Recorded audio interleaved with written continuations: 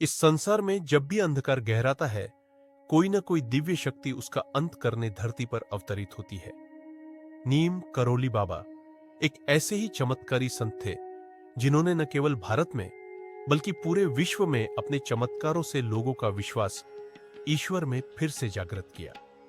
आज हम आपको नीम करोली बाबा के 3 ऐसे सच्चे किस्से सुनाएंगे, जिन्हें सुनकर आपके रोंगटे खड़े हो जाएंगे और मन में श्रद्धा का दीपक जल उठेगा। कहानी 1, ट्रेन का चमत्कार। यह घटना 1960 के दशक की है।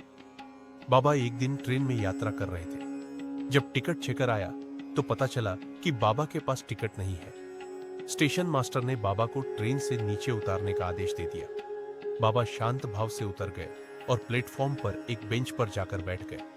लेकिन तभी कुछ अजीब हुआ।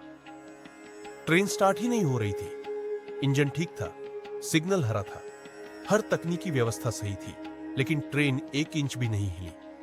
रेलवे के इंजीनियर, ड्राइवर सभी हैरान थे।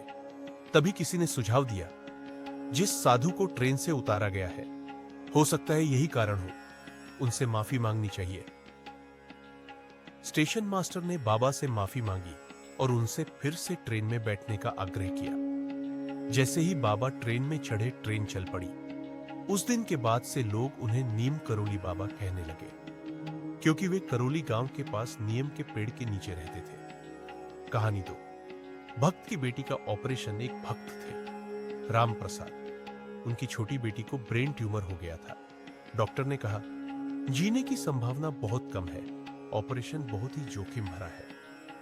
राम प्रसाद निराश तो थे, लेकिन उन्हें एक ही शक्ति पर विश्वास था, बाबा नीम करोली पर।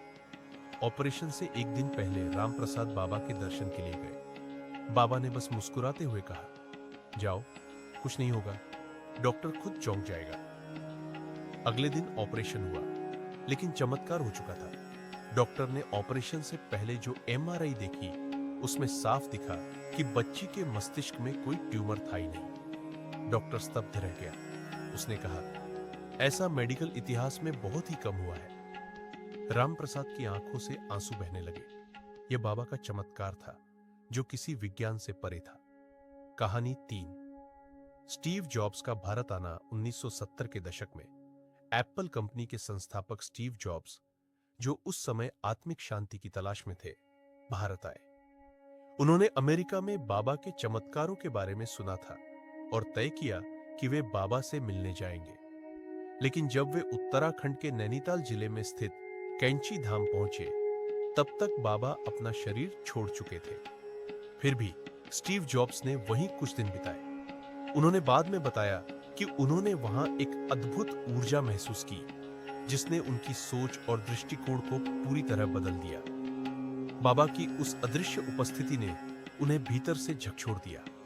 जब स्टीव वापस अमेरिका लौटे, तो उन्होंने फेसबुक के संस्थापक मार्क जुकरबर्ग को भी भारत आकर वही अनुभव लेने की सलाह दी। ऐसे थे बाबा, जिनकी उपस्थिति आज भी करोड़ों दिलों को छू रही है। नीम करोली बाबा ने कभी किसी से प्रचार नहीं करवाया, ना ही उन्होंने किसी संस्था की स्थापना की। लेकिन फिर भी आज उनके लाखों भक्त हैं, देश में ही नहीं, विदेशों में भी। उनका कैंची धाम आज भी आस्था का केंद्र बना हुआ है।